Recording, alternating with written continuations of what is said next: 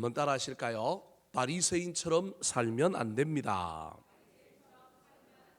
신약에 나오는 유명한 종교 집단 지도자들 가운데 바리새인들에 대한 오해가 있습니다. 예수님이 바리새인들을 막 까고요, 독사의 자식들이라 그러니까 이 바리새인들이 아주 나쁜 사람들로 우리는 오해합니다.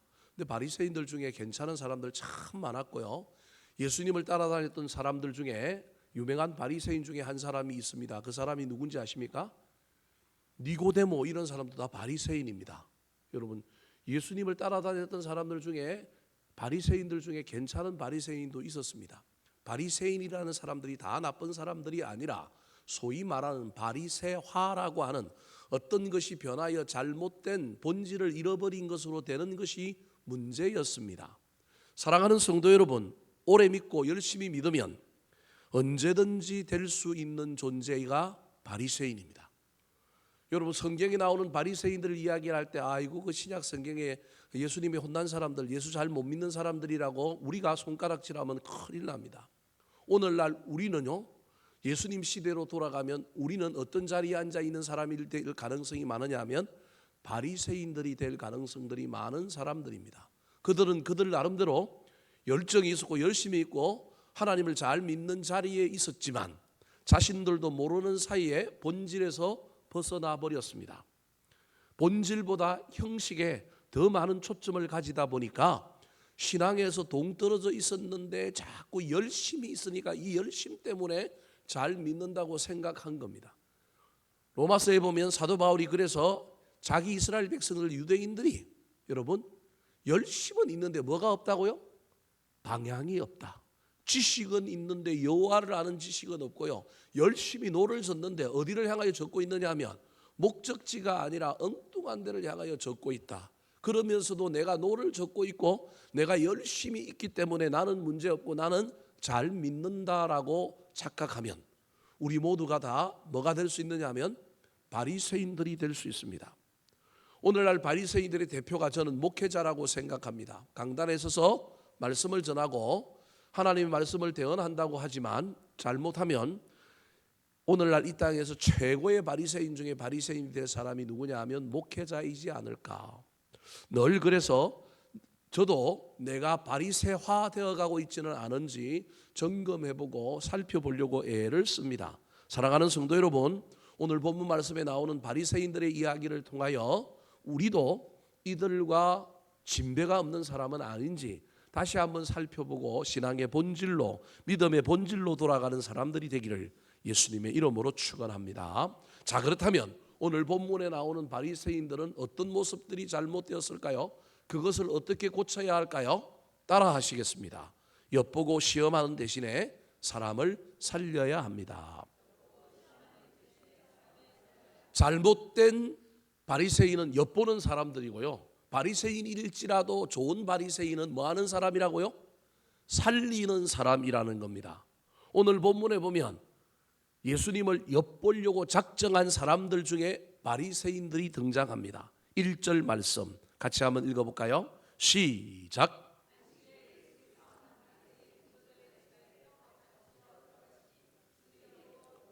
자, 한 바리새인의 지도자의 집입니다. 이건 바리새인이라고 하는 집단이 한꺼번에 편을 먹었다, 한꺼번에 모의를 했다라고 하는 의미입니다. 그래서 지도자의 지시하에 일사불란하게 바리새인들이 전부 함께 모여가지고 지금 예수 그리스도를 시험 들게 만들려고 지금 작정을 했습니다. 그동안 예수님이 바리새인들을 자꾸 공격하니까 지도자가 예수님의 이야기가 옳으냐 그러냐, 방향이 무엇이냐, 본질이 무엇이냐기보다는 적대적인 감정으로 피아의 구분 속에 여하튼 나랑 좋지 않으면 나쁜 놈이라고 하는 그러한 것 때문에 이 바리새인 지도자가 히아에 있는 그 지역의 바리새인들과 다 모여가지고 아마도 회의를 한 것 같습니다. 내가 우리 집에 예수 그리스도를 안식일에 내가 초청할게. 지도자인 내가 초청하면 올 거야. 그래 놓고는 여러분 엿봅니다. 혹시 실수하기만 해봐라. 그런데 실수를 안 할 것 같으니까 엿보는 걸 넘어서서 여러분 장애물을 갖다 놓았습니다. 어떤 장애물일까요? 2절 말씀 같이 읽어보겠습니다. 시작. 주의 앞에 수종병 든 한 사람이 있는지라. 단순히 이렇게 기록해 놓으면 이게 아무 문제가 없는 세팅인 것 같지만 이건 여러분 문제가 엄청나게 있는 문제입니다. 특별히 바리새인 집에는 이 수종병 든 사람이 있으면 안 됩니다. 수종병이라고 하는 건 옛날 성경에는 고창병이라고 그렇게 붙여놨는데 전라북도 고창이 아니고요. 이게 뭐냐면 물숫자입니다. 소위 말하는 몸에 물이 많은 것처럼 보여서 몸이 띵띵띵 불어 있는 상태. 아주 붓기가 아주 심한 상태. 우리 그냥 라면 먹고 자고 일어났더니 얼굴 부었다 이 정도가 아니라 병색이 완연하여 온몸이 다 부어 있는 상태. 일종의 질환입니다. 이건 여러분 문둥병의 일환으로 치부했습니다. 그래서 이런 사람은 여러분 공동체 안에 들어오면 안 됩니다. 특별히 바리새인은 정결을 아주 따지는 사람입니다. 일반 병자도 이 지도자가 예수님을 맞이한다고 하면 이런 자리에 죄송합니다. 이런 사람은 치워야 하지 않겠습니까? 표현이 좀 그렇기는 하지만 자기가 어떤 사람을 대접한다고 하면 문제 있는 사람, 조금 보기 그런 사람을 좀 치우는 문화가 그들 속에도 있었고 오늘날 우리도 그러하지 않습니까? 뭐 학교 다닐 때 장학사 떴다 그러면 안 하든 뭐 해요? 청소하잖아요. 안 심든 학교에 뭐도 심어야 돼요? 나무 잔디도 심고 별나별짓 다 하잖아요. 그런 것처럼 누가 높은 사람이 오거나 좋은 사람이 온다 그러면 우리는 그냥 집안을 썰고 닦잖아요. 예수 안 믿는 남편이 자기 부인에게, 예수 믿는 부인에게 맨날 우리 집에 누가 왔으면 좋겠다고요? 목사님 왔으면 좋겠대요. 예. 목사님만 오면 집이 어떻게 진다고요? 깨끗하게. 교회를 안 나오는데 이 남편이 맨날 목사님이 자기 집에 왔으면 좋겠다 그러는 거예요. 그 부인이 교회를 열심히 다니는데 집안을 청소를 뭐 하는 거예요? 안 하는 거예요. 여러분 안 하기보다는 재주가 없는 거예요. 사람마다 다 은사가 있거든요. 청소 잘하는 사람은 청소 즐거워서 합니다. 근데 똥손이라서 아무리 해도 표가 많은 사람도 있어요. 안 나는 사람도 있어요. 그래서 그거 가지고 막 아이고 사람 이상한 사람이네 비위생적이네 그럴 필요 없습니다. 또 그 사람 잘하는 일이 있습니다. 그대로 살면 됩니다. 못하는 거 있으면 남편이 좀 도와주면 되고요. 다른 사람이 도와주고 살면 되는데 우리는 우리 기준으로 생각하니까 저거 청소도 안 하고 말이야 그렇게 얘기하는 거예요. 그래서 그 남편이 너무 지저분한 거 자기가 좀 치우면 좋겠는데 안 치우는데 목사님만 오면 자기 아내가 집을 어떻게 하는 거예요? 썰고 닦는 거예요. 누가 온다 그러면 정리하고 청소해야 되는데 이 바리새인 지도자가 자기 집에 예수 그리스도를 초청해 놓고 그 집에 딱 예수님 앞에다가 누굴 딱 갖다 놨느냐 하면 의도적으로 온몸이 뚱뚱뚱 부어 있어갖고 누가 봐도 병자라고 하는, 그리고 심지어 그 시대의 이스라엘 사람들 유대인들은 그런 사람을 혐오할 뿐만 아니라 부정하다고 여겼던 사람을 그 집에다가 딱 갖다 놓는 겁니다. 올 수 없는 자리에 이 사람이 있는 겁니다. 의도적으로 예수님을 넘어지게 만들려고 세팅을 딱 해놓고 있습니다. 시험인 줄 우리 주님이 압니다. 시험인 줄 알면서도 우리 주님은 그 자리를 피하는 것이 아니라 그냥 그들의 낚시 바늘에 그냥 고기가 문 것처럼 물어줍니다. 왜? 우리 예수님은 그들이 엿보느냐 자기를 넘어뜨리느냐 이게 중요한 게 아니라 예수님의 본질은 이 땅에 누구를 어떻게 하러 왔어요? 사람을 구원하러 살리러 왔잖아요. 그러니 이게 시험거리가 되든 이것 때문에 내가 손해를 보든 이것 때문에 내가 뭐 어려움을 겪든지 간에 나는 오늘 이 사람을 나를 시험하기 위한 도구로 이 사람을 내 앞에 갖다 놨지만 나의 사명은 나의 본질은 뭐 하는 거다? 살리는 거다. 이것 때문에 내가 시험을 들고 이것 때문에 내가 코에 끼일지라도 나는 이것을 해야 되겠다. 그러면서 예수님이 이 여자를 살려줍니다. 그러면서 한마디 했습니다. 뭐라고 했을까요? 3절 말씀 같이 한번 읽어볼까요? 시작. 예수께서 대답하여 율법 교사들과 바리새인들에게 이르시되 안식일에 병 고쳐주는 것이 합당하냐 아니하냐. 애매모호한 질문으로 이야기합니다. 합당하다라고 대답하면 여러분 자기들이 안식일을 범하는 거고요. 합당하지 아니하다 그러면 비인간적인 사람, 비윤리적인 사람입니다. 예수님이 이 질문은 바리새인들에게 예수님에게 했던 질문과 똑같습니다. 늘 바리새인들은 예수님을 시험하기 위하여 소위 말하는 이래도 죄가 되고 저래도 죄가 되는 질문들을, 문제가 되는 질문들을 했습니다. 이걸 쌍낚시 질문이라고 합니다. 여러분 낚시 중에 양쪽으로 낚시가 2개 나와 있는 그런 낚시가 있습니다. 주로 여러분 쭈꾸미를 잡거나 오징어 뭐 이런 걸 잡을 때 쓰는 낚시가 이 쌍낚시입니다. 쌍낚시가 아니라 세 개로 된 낚시도 있습니다. 그래서 낚시가 그냥 하나만 내려오는 게 아니라 요렇게도 내려오고 이쪽에도 내려와서 이쪽에도 물어도 그렇고 저쪽에서도 물어도 그렇고 물기만 하면 걸려들 수밖에 없는 낚시가 쌍낚시입니다. 바리새인들이 예수님에게 이런 질문들을 많이 했습니다. 근데 오늘 예수님께서 도리어 그들에게 이 질문을 하시면서 이래도 되고 저래도 된다. 내가 이래도 너희들은 시비 걸 거고 저래도 나한테 시비 걸 거다. 어차피 당할 고난이요 어차피 당할 시비라고 한다면 나는 하나님이 기뻐하시는 일을 하겠다. 그리고 4절과 5절에 보면 예수님께서 이 여자를 뭐 하십니까? 고쳐주십니다. 그러면서 너희들도 안식일에 이 여자 말고 남이라고 생각하지 말고 너희 집에 소가 운물에 빠졌으면 뭐 한다고요? 건지지 않겠느냐. 이게 네 거라고 생각하지 않으니까 안 하는데 네 거라고 생각하면 한다라는 거예요. 하나님의 입장에서 보면 병든 사람이나 죄인이나 다 누구 거라고요? 하나님 거예요. 하나님 소유예요. 그래서 하나님은 긍휼히 여기는 마음으로 안식일이냐 아니냐 상관없이 이 모든 일을 한다라는 겁니다. 사랑하는 성도 여러분, 그러므로 예수 믿는 것은요, 할 수 있는데도 안 하는 사람이 예수 믿는 사람이고요, 예수 믿는 사람은요 손해가 되고 억울하고 이거 하면 큰일 남에도 불구하고 십자가를 지는 사람입니다. 이게 예수 믿는 겁니다. 여러분 그냥 편하게 그냥 저와 여러분이 멋지게 신앙생활 하는 것만이 예수 믿는 것이 아니라 난 분명히 할 수 있는데도 예수 믿기 때문에 안 하는 겁니다. 그게 예수 믿는 겁니다. 이거 하면 분명히 손해보는데 주님이 기뻐하시고 원하시니까 이 일을 하는 겁니다. 사랑하는 성도 여러분, 누군가를 엿보고 시험하는 자가 아니라 저와 여러분은 살리는 자라고 하는 본질을 붙들었으면 좋겠습니다. 내 자존심이 내 체면이 조금 줄어들고 조금 문제가 생기더라도 여러분 제일 최고의 가치는 살리는 겁니다. 생명 앞에서는 율법이라고 하는 룰보다 사람을 사랑하고 살리는 것이 훨씬 더 중요하다. 그래서 우리 예수님이 율법의 룰에 의하면 이 땅에 오시면 돼요, 안 돼요? 안 되는 거예요. 룰을 누가 깨신 거예요? 예수님이 깨신 거예요. 율법 자체를 다 허르라는 얘기가 아니라 율법이라고 하는 것의 목적이 뭐냐 하면 뭐 하려고 율법을 만들었다고요? 사람 살리려고 만들었다는 거예요. 하나님 앞에 거룩한 백성으로 구별되게 하려고 만들었다라는 거예요. 그 목적인데 그 자체 룰 자체를 지키는 것이 목적이 아니다라는 겁니다. 살리는 것이다. 사랑하는 성도 여러분, 저와 여러분이 예수 믿으면서 신앙생활하면서 늘 이걸 고민해야 합니다. 어떻게 하는 것이 이게 옳을까? 어떤 때는 우리 성질이 올라와서 우리 자존심 때문에 이거 한판 붙어 이거 어떻게 해? 그런 마음이 들다가도 할 수만 있다면 여러분 더 큰 그림이 보였으면 좋겠습니다. 엿보고 시험하는 사람이 아니라 살리는 사람이 우리다. 어떻게 하면 합력하여 선을 이룰 것이냐?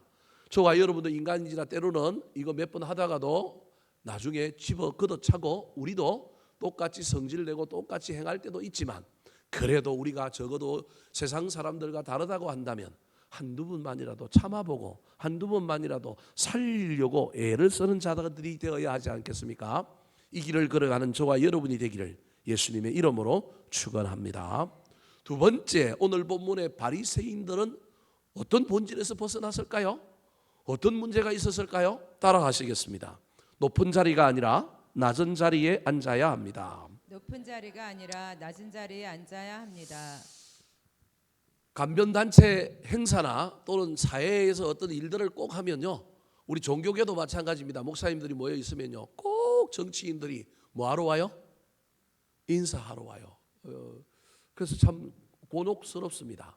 우리 교회도 초창기에 선거철만 되면 인사하러 왔던 사람들이 제법 있었는데 제가 그 인사를 잘 안 시키고 그냥 광고 때문에 누구누구 왔습니다 이러고 나니까 이제 소문이 나서 그런지 안 찾아옵니다. 초창기에는 교회가 작았는데도 불구하고 뭐 시의원, 구의원뿐만 아니라 많은 사람들이 우리 교회에 선거철 앞두고 찾아왔습니다. 조금 있으면 또 6월 달에 또 뭐 있어요? 지방선거 있을 겁니다. 어떻게 해야 될까요? 목사님들마다 다 다양합니다. 오면 다 소개시키기도 하고 광고 시간에 불러내서 뭐도 시켜요? 인사도 시키고 뭐도 줘요?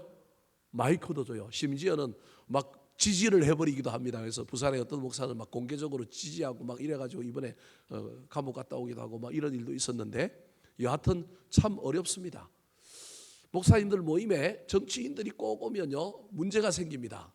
자리를 어느 자리를 줘야 돼요? 앞자리를 줘야 되고, 자리마다 뭘 붙여놔야 돼요?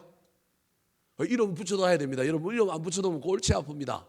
어떤 시에서 여러분 이름 안 붙여놨다가 그 자리에 딴 사람이 앉았다가 자기 자리 없다고 그 공무원 붙들고 맥살 붙들고 막 줍해버린 시위원 하나 있어가지고 뉴스에 나오고 그랬습니다. 그래서 간변단체 어떤 행사하면 꼭 어떤 게스트들, 기빈들 오면 그 자리들을 뭐 해놓고 있어요? 이름을 붙여놓고 있습니다. 이름 붙여놓고 앞자리에 구분을 해놓습니다. 어쩔 수 없는 일이기는 합니다. 여러분, 그럼에도 불구하고 저와 여러분이 좀 생각해봐야 할 일이 있습니다. 제가 올 초에 우리 덕양구의 어떤 그 목사님들 신년 할애에 갔는데 시장이 왔어요. 이동환이라고 하는 시장이 왔는데 뭐 저는 그분 개인적으로 별로 좋아 안 하시는 분인데 그날 그분이 데이트를 쳤습니다. 일부러 그런 건 아닌데 늦게 온 거예요. 시작하기 전에 왔어야 되는데 늦게 오니까 앞으로 못 나가고 어디에 있었던 거예요? 제일 뒤에 있었던 거예요. 제일 뒤에 있었는데 보좌관들이 비서들이 앞으로 가라고 저 자리에 있다고, 그리고 또 그 행사를 진행하는 목사님이 시장이 온 걸 보고 시장님을 향하여 앞으로 가라고 했는데 그 시장님이 괜찮다고, 늦게 왔기 때문에 방해하면 안 되기 때문에 지금 예배 드리는 거니까, 그분은 천주교 교인인데 예배 드리는 거니까 여기 있겠다고 그래서 뒤에 앉아 있었어요. 제가 그 옆에 가만 앉아 있었거든요. 한 자리 건너서 제가 옆에 앉아 있었는데 이분이 조용히 앉아서 일부 예배 다 끝날 때까지 앉아 있더라고요. 그리고 이제 소개하는 시간이 되었어요. 예배 끝나고. 그러면 앞으로 가야 되잖아요. 앞으로 안 가고 여전히 뭐 나오라는 말을 안 했으니까 여전히 그 자리에 딱 앉아 있었는데, 우리 덕기현 회장님이 시장님 오셨는데 시장님이 어디에 있었다고요? 제일 뒤에 앉아 있었다고요. 앞으로 나오시라고. 시장님이긴 하지만 한마디 마이크도 줘야 되지만 그랬는데, 그때 이 사실을 몰랐던 목사님들이 전부 앞에서 보고 있다가 뒤에 앉아 있던 시장님, 왔는데도 자기 자리에 안 앉고 뒤늦게라도 이렇게 뒤에 나오는 이 모습을 보면서 갑자기 앞에 있는, 제가 보기엔 좀 친한 목사님 같은데 막 시장님을 향하여 뭘 친 거예요? 박수를 막 친 거예요. 그랬더니 또 다른 목사님 한 분이, 제가 보기엔 짜고 하는 것 같기도 한데, 한 분이 또 시장 이름을 또 뭐 하는 거예요? 막 부르는 거예요. 그러니까 갑자기 분위기가 이상해져 가지고 그 시장한테 모든 영광을 다 돌리는 놀라운 일이 났어요. 뭐 의도한 건지 안 한 건지는 모르겠지만 여하튼 그날의 분위기는 전부 그 시장의 이미지가 좋아졌어요. 시장이 늦게 왔는데도 불구하고 앞자리 탐내고 오지 않고 뒤에 앉아 있다가 오라고 그래서 자기가 그냥 걸어 나가서 앞으로 나가도 되는데, 순서지에 보면 분명히 자기 순서가 있거든요. 인사하는 시간 순서가 있어서 그 할 때가 됐으니까 앞으로 가야 되는데도 그냥 뒤에 앉아 있다가 사회자가 나오라고 그러고 나가니까 사람들이 다 뒤를 쳐다보고 있다가 놀래가지고 박수치고, 그 다음에 바람잡이 하나가 뭐 이동환 외치니까 여기저기서 이동환 외쳐가지고 전부 막 사람들한테 인기를 얻었습니다. 그 인기 얻어가지고 이번에 시장이 될지 안 될지는 잘 모르겠는데, 여하튼 연초에 그걸 보면서 제가 느낀 게 하나가, 야, 늦게 왔는데도 뭘 받을 수 있다? 스포트라이트를 받을 수 있구나. 늦게 와놓고 앞에 가가지고 막 자기 자리 찾는다고 하면 그것도 좀 꼴불견이기는 한데, 저게 의도한 건지 아닌지는 모르겠지만 저거 참 괜찮다라는 생각을 해보게 되었습니다. 오늘 예수님이 분명히 이 바리새인 지도자의 집에 뭘 받았느냐면 청함을 받았습니다. 근데 예수님만 청함을 받은 게 아니고 다른 사람들도 온 것 같아요. 아까 보니까 율법 교사라고 하는 사람들도 있었습니다. 근데 그 사람들 중에, 온 사람들 중에 여러분, 주인이 딱 앉아 있으면 주인의 옆자리가 상석입니다. 그 주인의 옆자리 쪽으로 가까이 가서 앉은 사람이 한 사람 예수님 눈에 보였던 겁니다. 자, 7절 말씀 같이 한번 읽어볼까요? 시작. 청함을 받은 사람들이 높은 자리 택함을 보시고 그들에게 비유로 말씀하여 이르시되, 그 모습을 보면서 우리 예수님이 다른 사람들에게 알려준 내용이 뭐냐 하면, 야, 네가 그 자리, 가까운 자리 비었다고 가서 앉아 있다가 네보다 더 중요한 인물이 나타나면 그 사람이 그 자리로 어쩔 수 없이 가야 되면 그 자리에 앉아 있던 너는 어떻게 돼야 돼요? 자리를 비껴주고 두 번째 자리로 가는 게 아니라 어디로 가야 돼요? 제일 꼬레비로 가야 하지 않겠느냐.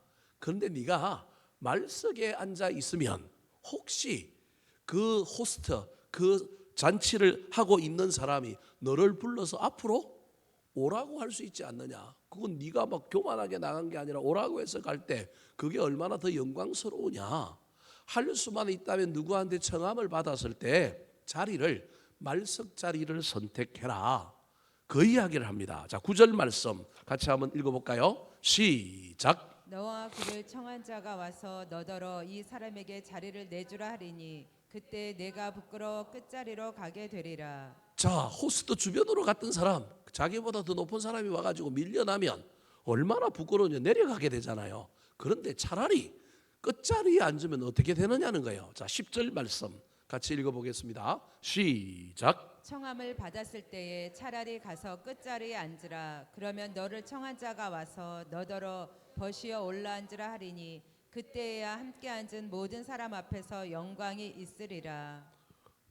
끝에 앉아 있는데 올라오라고 하면 그게 훨씬 낫다라는 거예요. 못 올라가도 좋지만 할 수만 있다면 그 끝자리에 앉아라, 그런 얘기입니다. 이건 단순히 비유적인 이야기입니다. 어떤 자리에 대한 이야기이기도 하지만 이건 자리의 이야기를 넘어서 할 수만 있다면 우리의 삶의 태도를 어디에 두라는 거냐 하면 교만에 두지 말고 어디에 두라고요? 겸손에 두어라. 그래서 11절에 이 비유의 결론을 이야기해 주잖아요. 11절에 이렇게 이야기하고 있습니다. 무릇 자기를 높이는 자는 뭐하고? 낮아지고 자기를 낮추는 자는 뭐하리라? 높아지리라. 할 수만 있다면 겸손해라라고 하는 이야기를 이 어떤 잔치집에 청함을 받은 사람들이 자리 선택하는 이야기를 통하여 이야기하고 있는 거예요. 그 말은 바리새인들은 자신들의 종교적인 지위 때문에 늘 어느 자리를 차지하고 앉았다? 높은 자리를 늘 차지하고 앉았고 내가 가면 내 자리 있을 거다. 내 이름표 뭐였을 거다? 붙여놨을 거다. 나 그 자리에 앉으리라 라고 당연하게 생각하고 갔다라는 것입니다. 자리가 없으면 끝에 앉으면 되고 내가 여기 온 목적이 참석하는 게 목적이면 참석하면 되는데 그게 아니라 당연히 나는 높은 자리에 앉아야 된다라고 하는 생각을 가지고 있었던 사람이 바리새인들이었다. 종교 지도자들로 그들은 늘 그런 것이었다. 목사들이 늘 어려운 것 중에 하나가 어디 가면 늘 말을 시키고요. 늘 뭘 시키느냐 하면 기도시킵니다. 그래서 목사들이 늘 하는 이야기가 나 오늘 만나면 이야기 나 오늘 기도 몇 번 하고 왔느냐 하면 기도 20번 하고 왔대요. 주일날 같은 경우에 기도만 몇 번 하고 왔다고요? 20번 하고 왔대요. 뭐 그런 얘기들을 합니다.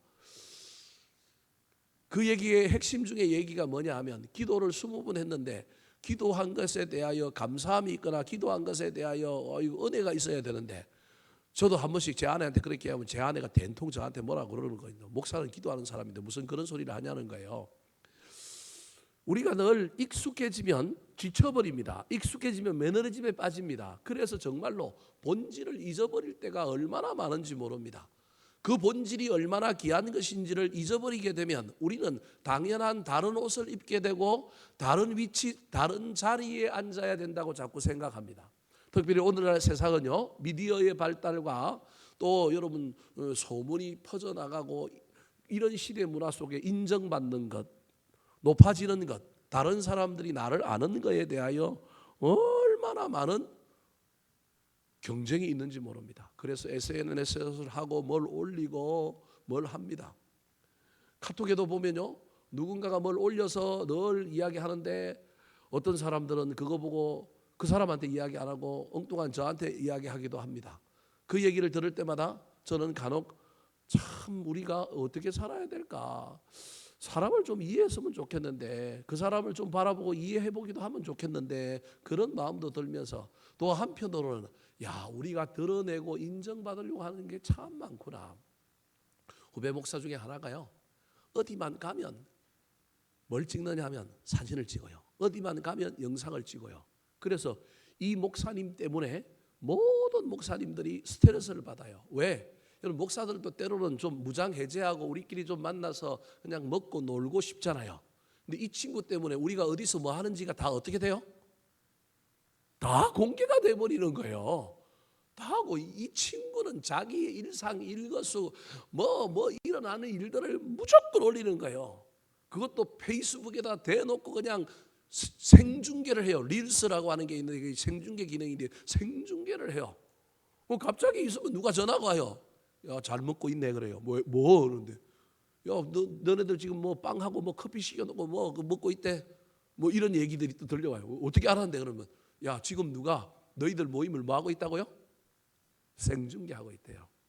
한 번은 불러가지고 그 목사님한테 왜 그렇게 그 카톡에다가 페이스북에다가 그런 걸 올리냐 얘기를 했더니 이 친구는 그게 자기가 다른 사람에게 부담을 주는 줄도 모르고 이제 그러고 있는 거예요. 자기는 교회의 소식을 올린다고 올리다가 이게 이렇게까지 변해버린 걸 모르고 지금 하는 거예요. 교회를 홍보하기 위하여 우리 교회가 주일날 무슨 일을 하고 아이들이 어떻게 하고 뭘 하는지를 찍어가지고 늘 올려서 그걸 이제 교인들이 보고 또 교회 못 나온 사람들도 보고 이런 걸 통하여 교회가 좀 더 역동적으로 돌아가고 조금 더 많은 사람들이 알게 되는 이야기들을 통하여 조금 더 어떤 의미에서 교회가 풍성하게 만들려고 그 일을 시작한 거예요. 그래서 그게 효과가 있었고 교회 못 나온 사람들도 그 목사님이 그걸 올리는 걸 보고 오늘 내가 교회는 못 나갔는데 우리 교회 이렇게 돌아갔구나 알고요. 또 외부에서도 야, 그 교회 참 좋은 교회네, 잘 돌아가네, 뭐 이렇게 좀 평가도 좋아지고요. 또 교회를 새로 이사 와서 찾는 사람들이 그런 건 노출된 걸 보고 그 교회를 찾아오기도 하니까 초창기에는 이게 아주 효과적이었어요. 그런데 그 올리는 횟수가 점점 많아지기 시작했고 그 많아지는 것이 그냥 교회의 사역을 올리는 걸 넘어서서 자기가 어디 가서 강의한 거, 자기가 어디 가서 뭐 하는 거, 누구랑 뭐 하고 있는 걸 세세하게 다 올리기 시작한 거예요. 자기도 모르는 사이에 이게 점점 이렇게 바뀌어 버린 거예요. 근데 이걸 본인은 몰랐던 거예요. 그래서 제가 불러가지고 야, 이거는 아니다. 이거는 아니다. 너랑 같이 있는 사람들 피해를 입을 수 있다. 그리고 가능하면 사역적인 것만 좀 올렸으면 좋겠다. 그랬더니 이 친구가 깨닫고 한동안 안 하더니만 또 최근에 또 어떻게 해요? 또 시작을 했어요. 그래서 야, 저거 안 되는구나. 이게 방법이 없는 거예요. 자기가 이 문화에 익숙해졌고 이걸 옳은 일이라고 생각하니까 어쩔 수가 없는 겁니다. 제가 지금 무슨 얘기를 하려고 이런 얘기를 하고 있냐면 우리는요, 사람마다 스타일이 다 다르긴 하지만 우리는요, 누가 우리를 좀 뭐 했으면 좋겠어요? 알아줬으면 좋겠어. 누가 나를 좀 인정해줬으면 좋겠어. 내가 무슨 생각을 하고 있는지, 내가 뭘 하고 있는지, 내가 어디에 있는지, 내가 어떻게 하는지. 시대가 이런 시대 속에 우리가 살다 보니 우리도 어쩔 수 없이 우리도 드러나고 인정받고자 하는 삶에 익숙해져 있다라는 거예요. 근데 지금 예수님께서 그런 삶의 최첨단에 서 있었던 바리새인들을 바라보면서 너희들 바리새인처럼 살면 큰일 난다. 더 높은 사람 오면 너희들 어디로 내려가야 되냐? 끝자리로 내려가야 돼. 근데 차라리 선택해라. 예수님이 그의 제자들에게 이야기하면서 뭐라고 얘기하느냐 하면 처음부터 무슨 자리에 앉아라? 끝자리에 앉아라. 이건 단순히 자리의 문제가 아니라 단순히 누구에게 인정을 받고 저와 여러분이 뭘 실현하여 우리가 좀 만족하고 이런 걸 넘어서서 우리 그리스도인들의 필연적인 삶의 모델, 삶의 모습은 뭐여야 한다고요? 겸손이어야 한다. 드러내고 인정받는 게 교만이다. 제가 그렇게까지는 이야기하고 싶지는 않지만 여러분, 우리가 선택해야 될 삶의 자리는 뭐여야 한다고요? 겸손이어야 한다. 이 겸손은 온데간데 없고 자신들도 모르는 사이에 높은 자리를 차지하는 교만으로 가버리고 있는 사람이 누구라고요? 바리새인. 내가 이렇다고 하면 이게 옳은 거야. 종교적으로는 내가 최고야. 이게 지금 바리새인의 태도인 거거든요. 다른 사람에게도 내가 배울 수 있어. 하나님은 나한테만 이야기하지 않아. 그리고 내가 다 한다고 다 옳은 게 아니고 작은 연약한 사람에게도 하나님의 놀라운 진리가 숨겨져 있어. 그 사람에게도 배워야지. 이런 마음을 가지고 열려져 있는 상태가 아니라 최고의 종교 지도자들로서 이 바리새인들이 얼마나 자신의 에고와 사회적 지위가 높았는지를 알 수 있는 거예요. 사도 바울이 자기의 이력서를 이야기할 때 이야기하잖아요. 내가 히브리인 중에 히브리인이요. 내가 율법으로는 바리새인이다라고 탁 자랑하잖아요. 우리는 그냥 한 직업의 분류 정도로만 이해하는데 유대인 사회에서 바리새인이라고 하는 건 엄청난 거예요. 엄청난 거예요. 그래서 이 엄청난 일 때문에 얼마나 그들이 자기들도 모르는 사이에 교만해졌는지 모르는 거예요. 그래서 딱 들어가자마자 저 자리는 누구 자리? 내 자리. 이럴 정도로 이미 몸에 딱 배어버린 사람이 된 사람들이 바리새인이라는 겁니다. 사랑하는 성도 여러분, 우리가 그렇게까지 겸손을 몸에 뵐 정도까지 살 수는 없을지라도 저와 여러분이 살아가면서 교만과 겸손의 경계에서 왔다 갔다 하는 인간 정도라도 돼야 되지 않겠습니까? 할 수만 있다면 저와 여러분이 때로는 교만하다가도 때로는 무슨 자리로 와야 될까요? 겸손의 자리로 와야 됩니다. 매번 겸손하고 낮아지면 얼마나 좋을까요? 목사님들 중에도 인격적으로 정말로 겸손한 사람들, 야, 저분 참 예수님 닮았다. 내가 저 사람 닮았으면 좋겠는데. 근데 여러분 사람마다 각각 분량의 차이가 다 있습니다. 그래서 객관적으로 물리적으로 숫자적으로 비교하면 안 되고요. 어제의 나와 오늘의 나를 비교하시면 됩니다. 우리는 딴 사람 너무 비교하려고 하지 말고 작년의 나와 올해의 나와의 겸손의 지수, 영성의 지수, 기도의 분량, 늘 이런 걸 가지고 저와 여러분이 우리를 봐야지 자꾸 딴 사람 보면서 시작하면 우리는 절망합니다. 그리고 우리는 늘 비교 대상이 되어서 늘 욕먹을 존재밖에 안 됩니다. 저와 여러분이 할 수만 있다면 겸손의 자리가 교만의 자리가 아니라 겸손의 자리에 앉아서 그 겸손의 자리에 앉아 있는 사람을 높여주시는 하나님을 경험했으면 좋겠습니다. 오늘 본문 10절에 보면 뭐라고 얘기하고 있냐 하면 10절을 한번 보여주실까요? 이 사람이 끝자리에 앉았는데 너를 청한 자가 와서 너더러 버시어 뭐라고요? 올라오라. 여러분 이 청한 자를 영적으로 해석하면 누구냐면 하나님입니다. 하나님이 우리 보고 버시어, 교만하지 않고 겸손하면 하나님이 우리 보고 뭐라고 부른다고요? 버시어라고 부른다는 거예요. 우리가 낮은 자리를 선택하면 하나님은 우리를 뭐 한다고요? 높여주신다. 이야기가 저 얘기라는 거예요.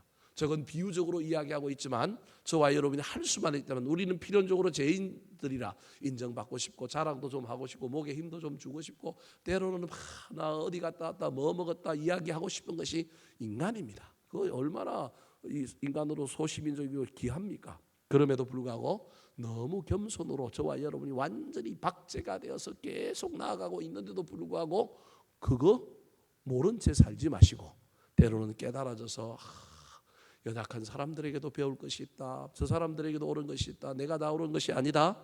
늘 깨닫고 겸손과 교만 사이에서 왔다 갔다 하다가 어제보다는 작년보다는 올해가 더 겸손해지는 저와 여러분이 되기를 예수님의 이름으로 축원합니다. 마지막입니다. 오늘 본문에서 우리 예수님께서 바리새인들의 문제를 어떤 것이 본질에서 떠났다고 이야기할까요? 따라 하시겠습니다.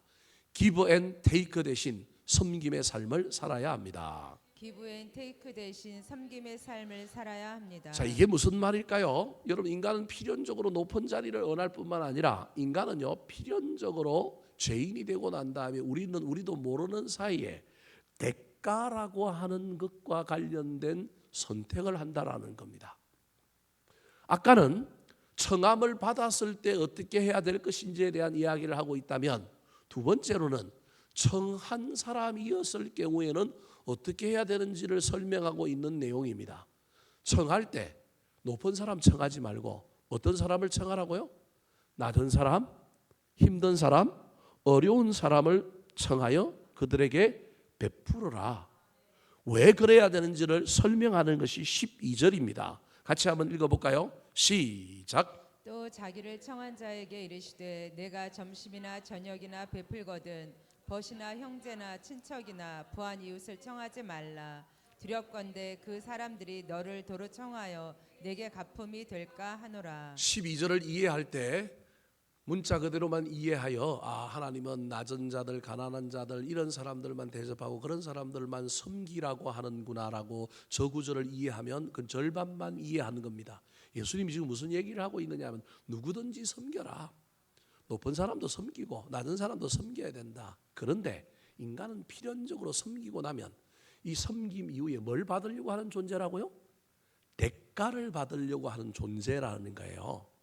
그리고 네가 안 받으려고 해도 세상 사람들의 세상의 시가 방식은 뭔가 받았으면 뭐 해야 된다고요? 주는 것이라는 거예요. 그래서 우리가 어떤 사람을 청했는데 그 사람을 청하면 인간적으로 관계 때문에 밥 사고 먹고 마시고 친하게 지냈는데 그 친한 관계 때문에 어쩔 수 없이 내가 어려움을 당했을 때 그 상대방이 나를 도와주는 거야. 얼마나 감사해요. 그런데 내가 어떤 목적을 가지고 어떤 의도를 가지고 사람을 대접하는 건 된다 안 된다? 안 된다. 그 얘기를 하는 거예요. 부한자나 부한 이웃을 청하지 말라. 두렵건대 그 사람들이 너를 도로 청하여 내게 뭐 할 거라는 거예요? 가품이 있다라는 거예요. 더 나아가서 예수님께서 뭐라고 얘기하고 있냐면, 야, 사람에게 너희들이 다 대접받고 그거 다 가품을 받고 나면 하늘에서 하늘에서 하나님이 갚을 것이 있다 없다? 없다. 그 얘기까지 하고 있는 거예요. 저 얘기가 단순히 가난한 자들을 섬겨라, 가난한 자들을 청하여 밥 먹이고 도와줘라라고 하는 이야기를 넘어서서 지금 시대의 사조가, 그 시대도 마찬가지고 시대의 사조가 뭔가를 어떻게 할 때 우리 마음속에는 내가 이걸 하면 상대방이 어떻게 할 거야라고 하는 그런 마음을 가지고 있다라는 거예요. 대접은 섬기면 그렇게 하면 된다 안 된다? 안 된다. 설사 내가 누구한테 막 베풀었는데 공동체에서 내가 어떻게 했는데 사람들이 그거 알아주지 못한다 할지라도 하늘나라에 가면 누가 갚아주실 거다? 하나님이 갚아주실 거다. 이 믿음을 가져야 된다라는 거예요. 그래서 청함을 받았을 때는 낮은 자리에 앉고 네가 청한 사람이 될 때는 절대 대가를 생각하지 말고 내가 이걸 했기 때문에 나한테 이런 일이 일어나야 된다. 그 생각하지 마라. 이 땅에서 그거 갚아지는 것보다 어디 가서 갚는 게 더 좋다고요? 하늘나라 가서 우리 주님이 갚아주시는 게 훨씬 좋다라는 거예요. 특별히 하늘나라까지 안 가더라도 이 땅에서 내가 사람에게 뭘 했는데 사람이 안 갚아줘도 누가 갚아주실 거라고요? 하나님이 갚아주실 거다. 이 믿음을 가지고 하라는 거예요. 여러분, 이 얘기는 예수님의 제자들에게 아주 중요한 이야기입니다. 예수님의 제자들은요, 복음 들고 나가야 되는데요, 복음 들고 사역하다 보면요 얼마나 어렵고 힘들어요. 목숨 걸고 했잖아요. 그러면 당연히 목숨 걸고 했으면 기대하는 바가 있잖아요. 제가 목사해 보니까 그렇더라고요. 여러분, 인간이 죄인인지라 그렇더라고요. 그래서 늘 대가를 기대하고 뭔가 인정받기를 원하고 뭔가 돌아오기를 원하는데 그거 생각하지 말고 기본적으로 높은 사람이든 낮은 사람이든 좋은 사람이든 섬겨라는 거예요. 섬김의 결과가 나한테 돌아오느냐 안 오느냐 신경 쓰지 마라. 적어도 누구는 그거 해결해 줄 거다? 하나님은 해줄 거다. 14절 말씀 같이 읽어볼까요? 시작. 그리하면 그들이 갚을 것이 없으므로 내게 복이 되리니 이는 의인들의 부활 시에 내가 갚음을 받겠음이라 하시더라. 부한 자들, 있는 자들에게 하면 대가로 다시 돌아온다는 거예요. 여러분, 부주, 축의금, 조의금 늘 고민되잖아요. 요즘 젊은 애들이 문화가 싹 바뀌었어요. 그래서 요즘 젊은 애들은요 축의금, 조의금 옛날 어른들처럼 생각할까요, 안 할까요? 안 합니다, 안 합니다. 요즘은 안 합니다. 그래서 지금 애들의 문화가 싹 바뀌어 버렸습니다. 젊은 애들의 문화가 싹 바뀌어 가지고요. 걔네들 문화는 우리가 생각하고는 전혀 다른 데로 갔는데 아직도 어른들은요 내가 얼마 했는데 상대방이 나한테 얼마 하느냐 이게 중요하잖아요. 그것 때문에 마음이 어때요? 삐지잖아요. 그죠? 나는 아들 하나 하는데 나는 저 집에 아들 셋한테 다 했는데 나는 아들 하나인데 하나밖에 못 받으면 인간인지라 기분이 어때요? 얼마나 씁쓸하겠어요. 얼마나 씁쓸하겠어요. 목사들끼리 만나서도요. 우리 이제 친한 목사들이니까 그냥 서서름 없이 하는 얘기예요. 목사들이 이런 얘기했다고 너무 기분 나쁘게 생각하지 마시고요. 목사들 중에요. 이미 부모들이 다 장례를 치른 목사들이 있고요. 그 다음에 애들이 아직 어린 목사가 있고요.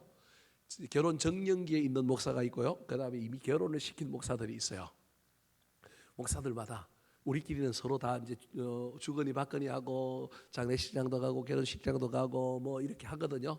근데 이제 이미 목사님 중에 한 분은요 장례도 다 치렀고요, 다 받아 먹었고요, 아이들 결혼식도 다 치렀고요, 다 받아 먹은 거예요. 이 목사님이 장난삼아 나 이제 내년부터 이 모임에 뭐 한다고요? 탈퇴한대요. 왜요? 그랬더니 난 받아 먹을 거 다 받아 먹었기 때문에 이제부터는 전부 뭐 해야 된다고요? 낼 일만 있기 때문에 나는 오겠다는 거야, 안 오겠다는 거야? 이분이 아기가 있어서 하는 얘기가 아니라 농담 삼아 하는 거예요. 이분이 이제 은퇴가 3년 남았거든요. 은퇴가 3년 남았으니까 자기가 이제 그 은퇴에 대한 이야기를 이렇게 표현하는 거. 우리는 들으면 아니까 우리는 괜찮은데 젊은 친구 하나는 이 이야기를 이해를 잘 못하고 이분이 이제 은퇴가 3년 남았다라고 하는 이야기를 잘못 듣고 그리고 3년 남았는데 내가 조기 은퇴할 수도 있겠다라고 하는 의미로 이 목사님이 사실은 한 얘기인데 우리는 그 얘기를 그렇게 알고 있는데 아이 그러지 마시고 끝까지 해가지고 우리 축의금 뭐 내달라고요. 그만두면 안 돼요. 어이 나한테 축의금 낼 때까지 끝까지 하시라고요. 우리는 이렇게 얘기하는데 젊은 목사 하나는 이 말을 못 알아들은 거예요. 그래갖고 이 목사는 얼굴빛이 노래져가지고 나 이제 탈퇴하겠다고 하는 그 목사를 향하여 이상한 눈을 보는 거예요. 그래서 제가 보고 있다가 야, 그 얘기가 아니고 이분이 지금 은퇴한다는 얘기다. 그리고 은퇴가 3년 남았는데 내년에 조기 은퇴를 할까 고민한다는 얘기다. 오해하지 말고 들으라 그러는 거예요. 사람이 참 그래요. 우리가 돈 앞에서는 아주 얼마나 이게 민감한지 모릅니다. 그래서 늘 여러분 결혼 치르거나 장례 치르거나 하면 장부 갖고 있잖아요. 아직도 갖고 있는 사람들 많을걸요? 갖고 있잖아요. 그래서 정말로 정직하고 정말로 예의 바른 사람은 내가 받은 금액 딱 기억했다가 또 어떻게 해요? 돌려주려고 얘기하잖아요. 저희 아버지가 그러더라고요. 딱 그 자식들 결혼 치를 때마다 장부를 다 갖고 있어가지고 그리고 그거 적는데 잘 적으라 그러고 그거 정자로 적으라 그러고 막 그러고 그거 돈은 얘네들 가져가도 되는데 장부는 누구 주라고요? 자기 달래요. 그러더니만 그거 가지고 맨날 결혼식 있다 그러면 맨날 뭐 해요? 뒤져봐요. 뒤져봐. 이게 이제 어른들의 문화란 말이에요. 근데 오늘날 문화는 그게 아니에요. 안 뒤져봅니다. 자기 상황 되면 가고요. 안 되면요?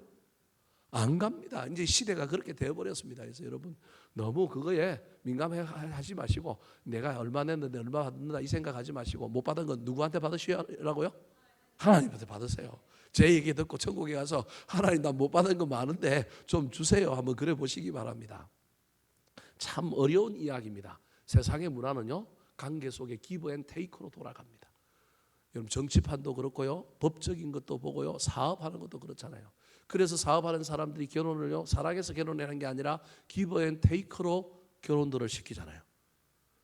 상층부가 그렇게 결혼하고 그 문화가 흘러 내려서 지금 이 땅에 결혼들이 깨지고 문제가 생기는 겁니다. 제가 한 얘기가 아니라 문화인류학자 우리나라의 유명한 문화인류학자가 한 이야기입니다. 오늘날의 음란의 문화 가정이 깨어진 것은 지도층의 문제다. 로마가 그랬다. 한국도 그렇다. 한국의 모든 문화는 어디로부터 내려오느냐 하면 저 고위층 지도층들과 그 다음에 재벌들을 통하여 이 땅의 민초들에게 내려왔다. 말이 좀 이상한 얘기인 것 같지만 전부 그렇다라는 거예요. 그래서 그들이 얼마나 인격적으로 그들이 얼마나 품위 있게 문화를 만드느냐가 그 나라의 미래를 만든다. 그 책에 그렇게 쓰고 있습니다.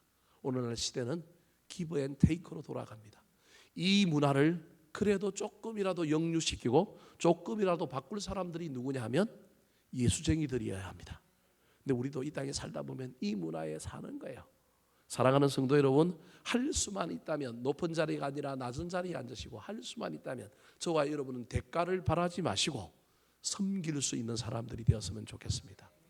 내가 섬겼는데 돌아오지 아니하였어. 인정이 돌아오지 않고 알아주는 것이 돌아오지 않고 형통이 돌아오지 않는다고 너무 쓸쓸해하지 말고 누가 주실 거라고요? 하나님이 주실 거다. 아까 14절 읽었나요? 안 읽었죠? 14절 한번 읽어볼까요? 14절 시작. 그리하면 그들이 갚을 것이 없으므로 내게 복이 되리니 이는 의인들의 부활 시에 내가 갚음을 받겠음이라 하시더라. 의인들의 부활 시에 천국 가면 하나님이 뭐 해주신다고요? 갚아준다. 잘 기억하셔서 우리의 삶이 우리도 모르는 사이에 예수 믿는다고 하면서 우리가 점점 바리새인들처럼 변해가고 있는 것은 없는지, 이거 말고도 또 다르게 우리가 굳어져 가고 있는 것은 없는지 잘 살펴보셔서 늘 열려있고 늘 부드럽고 늘 탄력성이 있는 저와 여러분이 되기를 예수님의 이름으로 축원합니다. 한번 따라 하실까요? 바리새인처럼 살면 안 됩니다. 바리새인처럼 살면 안 됩니다. 엿보고 시험하는 대신에 사람을 살려야 합니다. 엿보고 시험하는 대신에 사람을 살려야 합니다. 높은 자리가 아니라 낮은 자리에 앉아야 합니다. 높은 자리가 아니라 낮은 자리에 앉아야 합니다. 기브 앤 테이크 대신 섬김의 삶을 살아야 합니다. 기브 앤 테이크 대신 섬김의 삶을 살아야 합니다.